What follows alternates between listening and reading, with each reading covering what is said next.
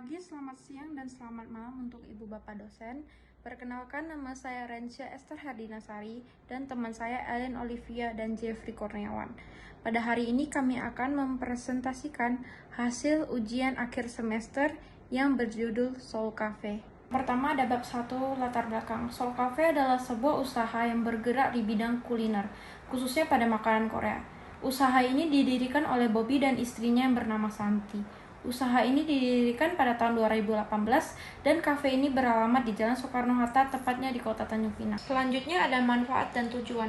Manfaat dari penulisan PKM ini adalah untuk menjelaskan tentang permasalahan selama ini yang terkait dengan implementasi cara-cara penyelesaian konflik bisnis serta kepemimpinan tipe-tipe pada UMKM Soul Cafe. Selanjutnya ada konflik bisnis dan kepemimpinan.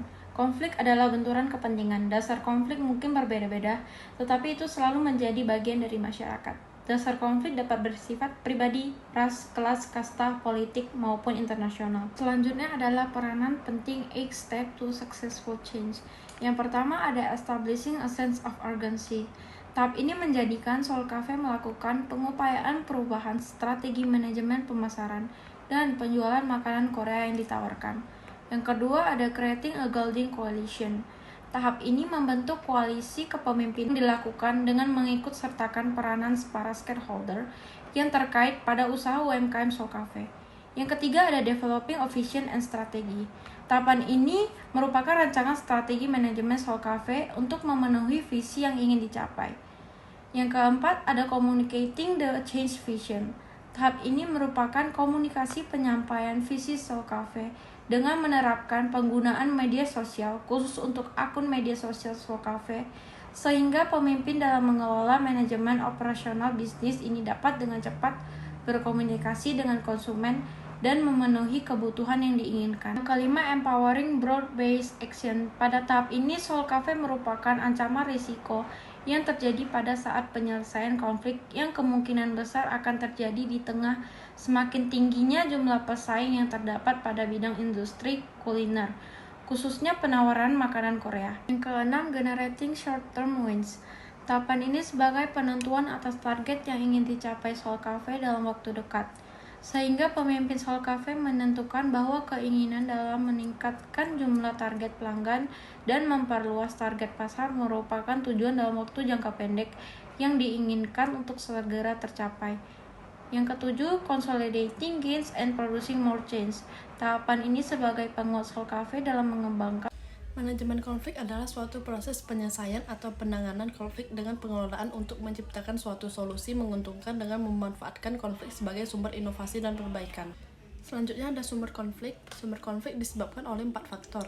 Yang pertama ada faktor komunitas, kedua faktor struktur, ketiga faktor personal, 4 faktor lingkungan. Selanjutnya ada tipe konflik bisnis, dan terdapat 5 jenis tipe konflik bisnis. Yang pertama ada dependence on one other. Terjadi karena adanya ketergantungan antar karyawan satu sama lain saat melaksanakan tugas yang diberikan, sehingga tidak dapat menyelesaikan tugasnya dengan maksimal. Yang kedua ada difference in working style. Terjadi karena perbedaan cara kerja antar karyawan. Yang ketiga ada discord over the way of leadership. Terjadi karena adanya cara-cara memimpin yang berbeda. Yang keempat ada personality conflict. Terjadi akibat penilaian yang diberikan oleh pemangku kepentingan. Dan yang kelima ada individual background difference. Terjadi karena adanya perbedaan atau pengalaman dalam kehidupan setiap karyawannya. Selanjutnya ada strategi manajemen konflik. Dan strategi manajemen konflik terbagi menjadi 4 strategi, yaitu yang pertama ada kerjasama, kedua kompromi, ketiga menghindari, dan keempat menyesuaikan. Selanjutnya ada manajemen konflik and change, yang artinya suatu langkah dalam mencari perubahan atas konflik yang dihadapi agar dapat memberikan hasil yang lebih baik dalam menyelesaikan masalah yang dilakukan oleh pihak ketiga. Selanjutnya ada leadership, yang artinya adalah salah satu kegiatan yang bersifat mengasikkan dan bersifat tertua di dunia sebab menjadi fenomena universal pada kehidupan manusia. Selanjutnya ada fungsi kepemimpinan. Fungsi kepemimpinan terbagi menjadi 4 fungsi. Yang pertama ada sebagai penentu arah, kedua sebagai wakil dan juru bicara, ketiga sebagai komunikator, 4 sebagai mediator. Selanjutnya ada tipe leadership. Tipe-tipe leadership dapat dijadikan menjadi 5 bagian. Yang pertama ada democratic leadership, kedua ada authoritarian leadership, ketiga ada charismatic leadership, yang keempat ada militaristic leadership, yang kelima paternalistic leadership. Selanjutnya ada sifat-sifat kepemimpinan. Menurut Hertanuddin dan Sumantri, seorang pemimpin memiliki sifat yang baik apabila mewarisi sifat jujur, memandang ke depan, memberikan inspirasi, dan cakap. Selanjutnya ada gaya-gaya kepemimpinan. Terdapat 3 kode kepemimpinan. Yang pertama ada autoriter, pengambilan ketentuan sepenuhnya ditetapkan oleh pemimpin. Kedua ada partisipatif, pemimpin mengejarkan kerjasama yang kompak dan setia. Yang ketiga ada delegatif, secara penuh seseorang pemimpin memasrahkan bahara dan gigi kantor untuk berlawan karyawannya.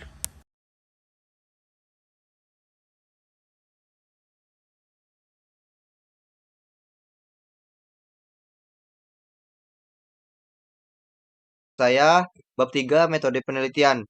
Jadi salah satu tujuan untuk mengelola data yang kita peroleh yaitu dengan cara pendekatan metode kuantitatif yang dimana disampaikan oleh Sugiono tahun 2015. Dimana menjelaskan bahwa metode kuantitatif merupakan penelitian atas dasar mengetahui populasi tertentu dengan cara mengambil sampel secara random. Dan metode kuantitatif ini pun dirasa cukup tepat dikarenakan penelitian ini cenderung menganalisis suatu objek dari masalah yang dilakukan suatu peneliti. Hal ini dikarenakan metode tersebut juga mempermudah kita meneliti dan mengingat saat ini banyak sekali halangan dan kendala akibat pandemi COVID-19 ini. Di sini ada pertama itu adalah jenis pendekatan metode. Pendekatan metode adalah aspek penting dalam suatu pengumpulan data dan sangat pengaruh sukses dalam suatu tindakan usaha penelitian tersebut. Menurut saya, secara pribadi, penelitian adalah bentuk usaha untuk menemukan, mengembangkan suatu usaha, dan menguji kita untuk memiliki pengetahuan dalam melakukan beberapa metode ilmiah. Dengan begitu, juga bisa menghasilkan pengumpulan data dari aktivitas penelitian menggunakan langkah-langkah sebagai berikut. Yang kedua adalah pendekatan dalam suatu penelitian. Yang pertama adalah dalam suatu penelitian, pendekatan ini dilakukan adalah melalui pendekatan kuantitatif yang artinya adalah mengumpulkan bukan berupa angka, melainkan data tersebut dikumpulkan berasal dari naskah wawancara dari narasumber, catatan lapangan, beberapa dokumen resmi, dan pribadi melihat kinerja di lapangan. Sehingga yang menjadi acuan dalam suatu penelitian kualitatif ini adalah ingin menggambarkan realita data dalam situasi maupun keadaan dalam suatu di lapangan.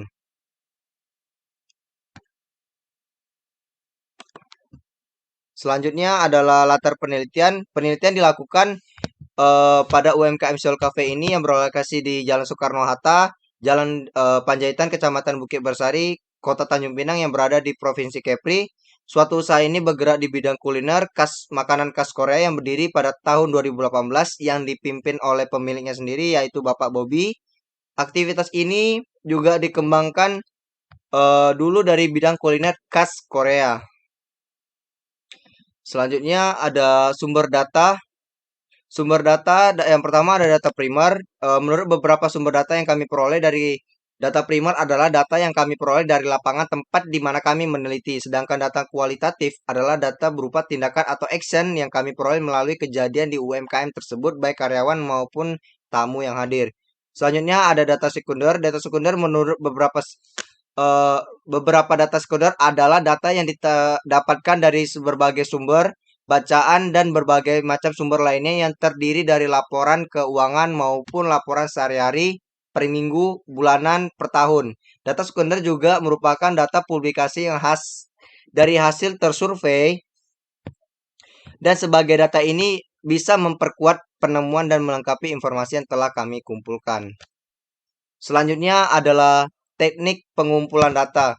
Pengumpulan data adalah langkah-langkah yang sangat penting dalam suatu penelitian dikarenakan seorang peneliti harus kreatif dalam melihat situasi maupun kondisi di lapangan.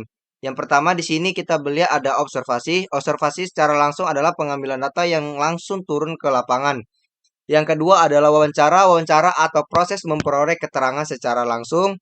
Yang ketiga adalah dokumentasi. Dokumentasi adalah setiap bahan yang tertulis seperti desain ruangan, menu makanan, dan lain-lain. Selanjutnya ada analisis data.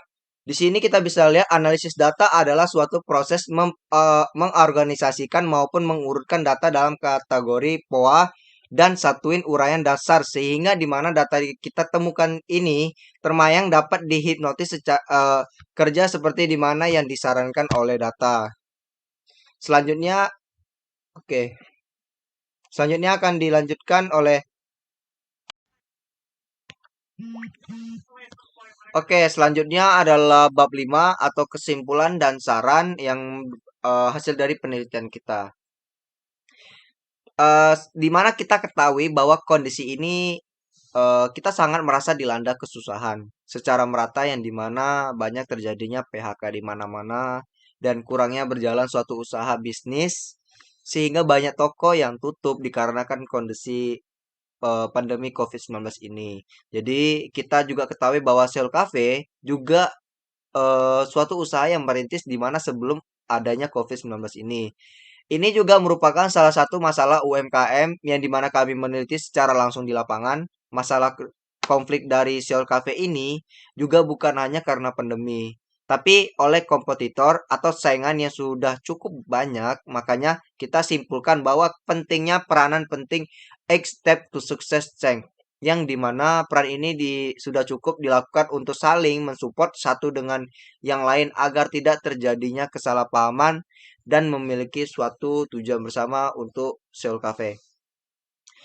Saran dari kami adalah di mana kita juga mengetahui bersama bahwa kondisi pandemi COVID-19 ini sangat mempengaruhi terhadap ekonomi suatu usaha. Maka dari itu, Seoul Cafe juga bisa menyalurkan makanan melalui GoFood yang tersedia melalui aplikasi atau juga bisa melalui secara internal. Dan juga Seoul Cafe dapat memiliki program promo di mana kalau sulit ini orang tidak merasa kesusahan dalam memilih suatu menu yang tergolong cukup menguras budget.